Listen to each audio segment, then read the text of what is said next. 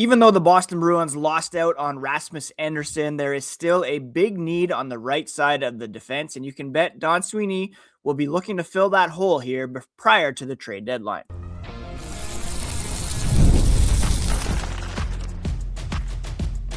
You're Locked On Bruins, your daily podcast on the Boston Bruins, part of the Locked On Podcast Network, your team every day. What is up, Bruins fans, and welcome back to the Locked On Boston Bruins podcast, part of the Locked On Podcast Network, now the #1 sports podcast network. I'm your host, Ian McLaren. I am a lifelong Boston Bruins fan, and I've been covering this team and the NHL for various outlets for nearly 20 years. Today is Tuesday, January 20th, and on this episode, we are going to discuss the Bruins missing out on Rasmus Andersson. He was traded by the Calgary Flames to the Vegas Golden Knights. And one of the reasons why he did not come to Boston was because he was not willing to pursue a contract extension at this time. The Bruins, though, still have a major hole on the right side. We'll look at some other options and just talk about why this is such a big need for this team. We'll also quickly update the Eastern Conference power rankings and preview tonight's game against the Dallas Stars. All right, so let's just get right into it. The Bruins were deeply involved in trade discussions for Rasmus Andersson of the Calgary Flames and lost out to the Vegas Golden Knights largely, and this was reported by Elliot Friedman of 32 Thoughts, that it was Andersson's unwillingness to discuss a contract extension. The Bruins may have been able to put together a better package for Andersson than what the Flames offered. It was a couple picks, 2027 picks, as well as defenseman Zach Whitecloud. The Bruins reportedly were rumored to be offering a 2027 first-round pick, of which they have two, a prospect in Matt Poitras, and defenseman Mason Lohrei. They were willing to part with those guys if it came with some assurance that Andersson would be around long-term, that they'd be able to work out a contract extension. That tells us a couple things. The Bruins are looking for a more permanent solution on the right side. They're looking for someone who will be around for several seasons and not just a rental, which is fantastic because even though the Bruins are not, they're right in the playoff mix at the moment, they're not in the position to be selling off futures for rental players. That's just not in line with the current retool. That's something they would have done several seasons ago when the New York Rangers put out their previous retooling message to fans. That's when the Bruins jumped and acquired Rick Nash for a first-round pick, for example, or trading first-round pick to Dallas for Jaromir Jagr in 2013. The Bruins are not in that position. However, they do have a clear need on the right side. Right now, you have Charlie McAvoy, who's your stalwart franchise defenseman, playing some of the best hockey of his career. Then you have Hampus Lindholm, Nikita Zadorov as your next two highest paid defensemen, both left-hand shots. Your fourth highest paid defenseman is Mason Lohrei. And then you have Henri Jokiharju, Andrew Peeke as your second and third right-hand shot defenseman on the depth chart. Andrew Peeke is a pending unrestricted free agent, and it's my view that he should be a flip candidate prior to the trade deadline. So you're subtracting him. Right now you have Billy Sweezy up as well. Vladislav Kolyachonok is a left-hand shot. So right side, it's like McAvoy, Jokiharju, Peeke. Sweezy is the next man up. Down on the farm, you have guys like Victor Soderstrom, Max Wanner. Like the right side defense is incredibly thin for this team. And ideally, the other night, right, they deployed Zadorov, Lindholm, Aspero, and Lohrei, all whom are left-hand shots. You had Lohrei playing the right side along with Hampus Lindholm. And a lot of this comes from the emergence of Jonathan Aspero as a partner to Charlie McAvoy on the top pairing. His emergence defensively has given the Bruins a lot of security on the blue line and also earned him a contract extension of his own. So you can kind of see where Lohrei might be the odd man out if you're going with Aspero, Zadorov, Lindholm on the left side. Still have Jordan Harris. And then only Henry Jokiharju is signed beyond this season when it comes to other right-hand shot options. Peak is an unrestricted free agent. Again, you try to flip him for a pick or two at the trade deadline.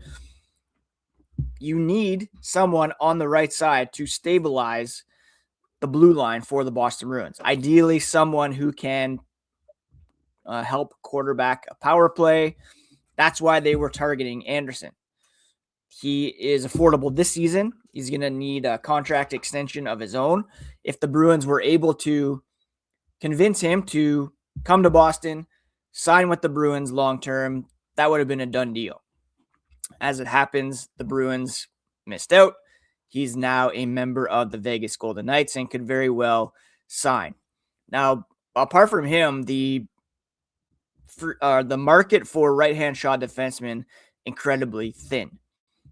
There's one guy who could fit the bill if his current team is willing to part ways with him, and it doesn't seem as though that's the case, and that's Filip Hronek out in Vancouver. I was reading an article on The Athletic from my old Score colleague, Thomas Drance, who wrote about the Vancouver Canucks starting to do some selling of their own. Of course, we saw the Quinn Hughes trade a couple weeks ago. Kiefer Sherwood, who was reportedly another Bruins target, was traded yesterday to the San Jose Sharks. Filip Hronek fits the bill to a T for the Boston Bruins. Right-hand shot defenseman, power play capabilities. He's been one of the best players for Vancouver so far this season, and he's got a pretty reasonable contract for the next several years. He's in year 2 of an 8-year deal that pays him $7.25 million per season. That would make him the Bruins' second highest paid defenseman. Andersson, if he had re-signed or had agreed to an extension, would be in that range as well, probably even more. With the cap going up, that's a guy that the Bruins could add comfortably and be able to integrate into the lineup pretty well. Of course, he did play with Elias Lindholm and Nikita Zadorov last season in Vancouver after they were traded from the Calgary Flames as well. All that to say, they missed out on Andersson, but there is still a clear need there long-term. And if you're looking to continue this retool, build around the core of David Pastrnak, Jeremy Swayman, Charlie McAvoy, you have the secondary core that's signed long-term in Elias Lindholm, Morgan Geekie, Hampus Lindholm, Nikita Zadorov. You should be looking for longer-term solutions at some key positions. A second line right winger, where Victor Arvidsson is playing at the moment, and very well, I should add, but he is 32 years old, an injury risk, and you need to find someone to play the right side behind Charlie McAvoy, who's solid in his own zone, but can also quarterback a power play. And if it makes sense, sure, flip Lohrei because he's a young, attractive asset who has a lot of offensive flair and upside, some deficiencies defensively, we all know. But if you're able to bring in a guy who's going to be part of the long-term solution, then it's definitely worth exploring. That's what they did with Andersson. They missed out. But that's certainly something that's on the table. We've discussed before the Bruins need to figure out whether or not they're going to keep Casey Middlestat, Pavel Zacha, both of whom are younger than David Pastrnak. The way they've been playing lately, I think they're both worth hanging around. But if you get an offer that blows you away, these guys are under contract for the rest of this season and next season. So that makes them even more attractive on the trade market. Maybe you consider that. But the guys you're looking to move are Victor Arvidsson, perhaps Alex Steves, who is a Group 6 unrestricted free agent. You could look to flip him like they did Justin Brazeau last year. Andrew Peeke as well should be a guy that you are certainly looking to flip. Anyways, that's why the Bruins were looking at Rasmus Andersson. They lost out. They're still in a good position playoff-wise, and we'll update the Eastern Conference power rankings here as the podcast continues. There is absolutely nothing like being near the ice during hockey season. The speed, the hits, the atmosphere, unmatched. Watching at home is great, but being in the building is a completely different experience. The only thing that used to get in the way was actually getting tickets, but you can forget the long queues, endless screens, and prices that change at checkout with Gametime. I pulled up the Gametime app to check out upcoming NHL games near me and was surprised to find how fast it was to get great seats. The app has an in-arena view from your seat. You would know exactly what to expect when you arrive, and there are no surprise fees at checkout. What you see is what you pay. Take the guesswork out of buying NHL tickets with Gametime. Download the Gametime app, create an account, and use code LOCKEDONNHL for $20 off your first purchase. Terms do apply, but again, create an account and redeem code LOCKEDONNHL for $20 off. Thank you so much for making Locked On Boston Bruins your first listen every day. Thank you for helping make Locked On the #1 sports podcast network. If you're already listening every day or even a few times a week, the Everydayer Club is built specifically for you. Here's what you get. Ad-free episodes of Locked On Boston Bruins directly in your podcast app, whether it's Apple, Spotify. I use Pocket Casts myself. You'll also get an invite to the Locked On Discord server, which includes a channel dedicated to Locked On Boston Bruins where we can keep the conversation going. $5 a month. Please consider signing up and we can continue to grow the Locked On Boston Bruins community. All right, the Bruins are in action tonight in Dallas. They're wrapping up the siblings trip, and hopefully the Bruins give their Sibs something to cheer about once again after beating the Chicago Blackhawks over the weekend. The Dallas Stars are, of course, a pretty formidable team. We'll discuss them later on in the podcast when we preview it, but I thought it would be good to quickly update the Eastern Conference power rankings to see where the Bruins stand here heading into this game. Thankfully, a bunch of teams lost last night that are hot on the Bruins' heels when it comes to chasing a playoff spot. Right now, if you look at the standings, you'll see the Boston Bruins in the first wildcard spot with 58 points, which is good for the sixth highest point total in the Eastern Conference so far this season. We know, however, that it's important to look at point percentage instead of just total points, because that tells us how they're doing in relation to the amount of games that they have played. For instance, the Bruins, like I said, are sixth in total points, but when you look at point percentage, they drop down to eighth. They've played 49 games. They have achieved 58 points, which is good for 59.2% of all available points so far this season. And they're ever so slightly behind the Buffalo Sabres and the Pittsburgh Penguins. Both teams are at 59.4%. So you can see the margin is very slim. The Bruins have 1 point on those two teams, but because Buffalo and Pittsburgh have played one fewer game, they're technically higher when it comes to point percentage. Right now, there's only one team below 500 in the Eastern Conference, and that's the New York Rangers. I mentioned earlier they sent out that letter late last week declaring a retool. They're not re-signing Artemi Panarin. They're pretty much out of it when it comes to the playoff picture they're moving on, turning the page to next season. And in fact, they lost last night to Jacob Trouba, Chris Kreider, and the Anaheim Ducks, guys that they've already shipped out. Then you have the Columbus Blue Jackets, the Ottawa Senators, and the New Jersey Devils, all tied at a point percentage of 53.1. The Blue Jackets have actually won 4 in a row since making the change from head coach Dean Evason to Rick Bowness. Probably a little too late for that team as well. The Ottawa Senators are really reeling without Linus Ullmark, league worst save percentage. Speaking of Ullmark, there was a clip this morning on socials, an interview on TSN where he addresses kind of his leave of absence and the recent wild rumors that were going around about him and his family, and just kind of the importance of remembering that these guys are human beings with families, kids, and it's just incredibly reckless, the things that were going on around Linus Ullmark just a couple of weeks ago. Anyways, the Senators, Devils, 531 point percentages, tied with the Blue Jackets for, near the bottom of the East.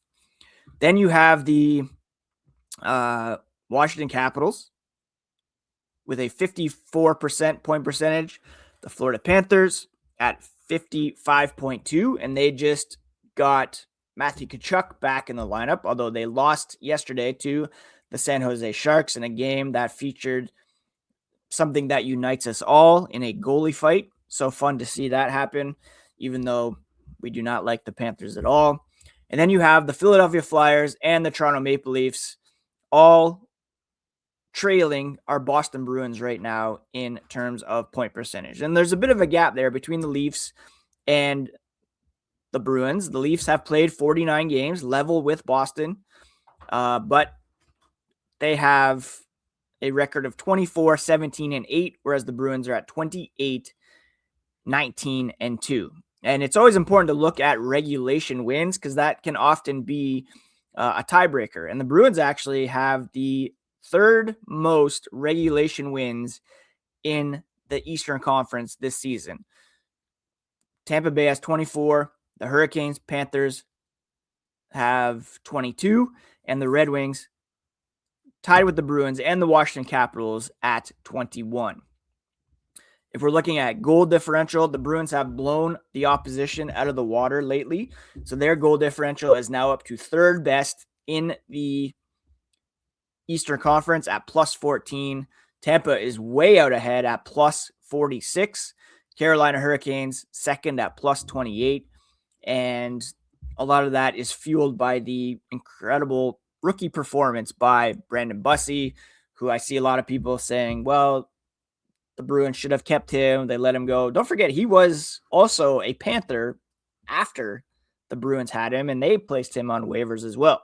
So it's not just the Bruins that kind of couldn't fit him in, Panthers as well. And now that is Carolina's gain. We'll see if he is, legit. This is sustainable, or we're kind of seeing another Andrew Hammond Hamburglar situation developing in Carolina. So all this to say is the Bruins are right in the thick of it in terms of the playoff race.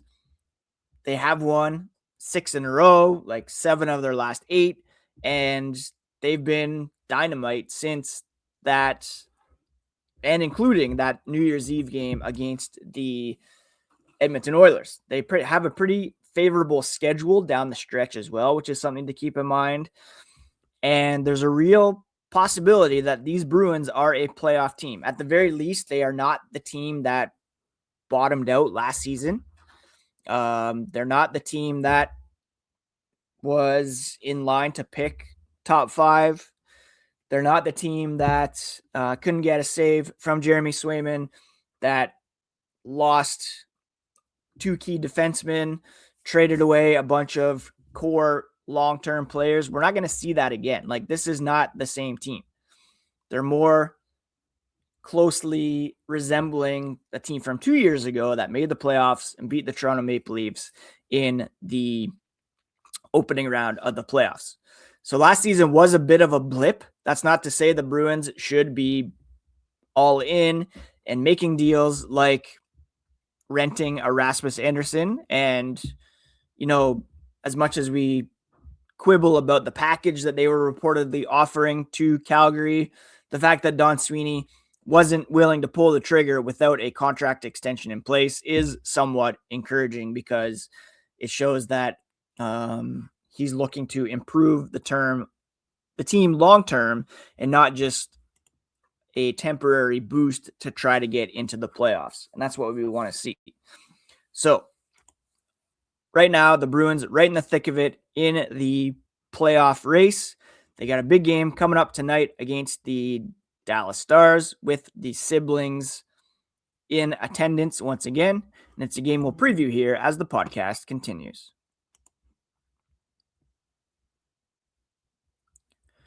Bruins Stars tonight in Dallas, and the Bruins are catching this team in an interesting spot. They've actually lost 3 in a row, 4 of their past 5, and they're 2-6-2 over their past 10 games.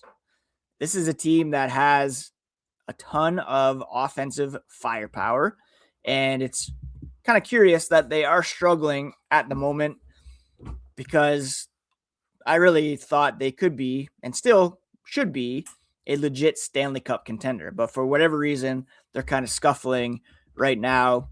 It's kind of annoying personally, because I have Mikko Rantanen on my fantasy team, and I would like him to kind of bust out here. He's got 63 points in 48 games, but need him to put up some bigger numbers this week. Hopefully not at the expense of the Bruins, but, fantasy is what it is. Anyways, they've gone pretty quiet over the last little bit. Jason Robertson, after being snubbed by Team USA, has quieted down. He's got only 2 goals, 4 points over the past 5 games to lead the team in those categories. Whereas the Bruins are led by David Pastrnak, who's got 9 assists, 10 total points over the past 5 games. The team leader in goals for the Bruins over the past 5, Marat Husnudinov, who's got 6 goals in that span. Today is the 20th. It's officially 1 month since Morgan Geekie scored his last goal, despite still leading the Bruins in that category with 25. Yes, it coincides with being removed from David Pastrnak. He's been playing on the third line mostly as of late. We'll see if the Bruins try to move him back up to get that bump with Lindholm and Pastrnak. Wasn't clicking like it did late in the season. Husnudinov is a revelation up there, so it's working team-wise, but hopefully they can find some way here to get Morgan Geekie going, because they could really use his scoring to help sustain this recent success, right? They've got league-high goaltending and shooting percentage in 2026, which is great because it's fueling these wins, but it's also could fall back at any moment. When it comes to the tail of the tape for these two teams, both with very good power plays, the Bruins are 5th in the NHL, and they, of course, are benefiting from the tutelage of Steve Spott, who was a coach in the same role with the Stars for the last several years. They haven't dropped off, though. The Stars have the second-ranked power play with a 28.4% success rate. The Bruins have been good at staying out of the box so far in 2026. That was something that was really harming them early in the season. They're still, one of the more egregious teams when it comes to those kind of infractions. But in 2026, 8 games, they've amassed only 75 minutes in penalties, which is 16th in the NHL. And their net penalty rating is, let's see where they're at here, -2. So they've drawn 27, they've taken 29. The 29 penalties taken puts them in 19th. Whereas for the entire season, they're still the number 1 penalty team in the NHL. But we can see over the last little bit, they've really been able to tighten that up, and that's been a huge factor in their recent success. And that will be huge tonight because the Dallas power play is pretty lethal. Goals for per game. The Stars are 9th with a rate of 3.27 goals per game. The Bruins 8th, 3.31. Dallas's defense, though, is a bit better, 2.78, which is 6th. The Bruins are 3.04, which is 15th. The Bruins penalty kill, 19th in the NHL. That's 78.9% success rate. The Stars are 14th at 80%. Goaltenders for the Stars, of course, you have Jake Ottinger and Casey DeSmith. 902 save percentage for Ottinger, 911 for Casey DeSmith. Right now, Jeremy Swayman's up to 906. Eunice Korpisalo is at 895, and it will likely be Jeremy Swayman back in net for the Bruins tonight, as Korpisalo started the last game, and the Bruins are really seeming to find a bit of a tandem groove here lately where they are rotating starts like they used to do. We'll see if Korpisalo can maintain that level of play, then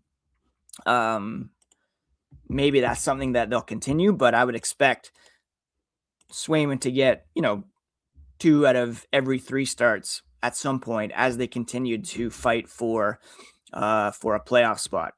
Overall, since the calendar turned to January, the Dallas Stars are really struggling. 2-5-2, only 6 points, 333 point percentage. So it's either a case tonight where the Bruins are able to take advantage of that and keep the Stars down, or the Stars on home ice are able to come alive and, kind of wake up here a little bit. Hopefully the Bruins can stave that off for one more game, and that they can take advantage of this low point in the Star season before they wake up and get back to the level of play that they're capable of. They lost their last game 4-1 to Tampa Bay, and we'd love to see that continue on. Thank you so much for making Locked On Bruins your first listen today. Thank you for making Locked On the #1 sports podcast network. Tomorrow, we'll be back to recap whatever happens tonight against the Dallas Stars, bring you all the latest on the black and gold. If you have any mailbag questions, please send them in via Instagram, on the YouTube channel. Better yet, join the Everydayer Club, and you can hit me up on the Locked On Bruins Discord channel. Please do consider subscribing to the Everydayer Club. You can head to Locked On Bruins to join the club. LockedOnBruins.supercast.com, I should say. And we'd love to keep the conversation going. Please do take care of yourselves, friends. Take care of each other. And we'll talk to you again here on the next episode of Locked On Boston Bruins, part of the Locked On Podcast Network, your favorite team every single day.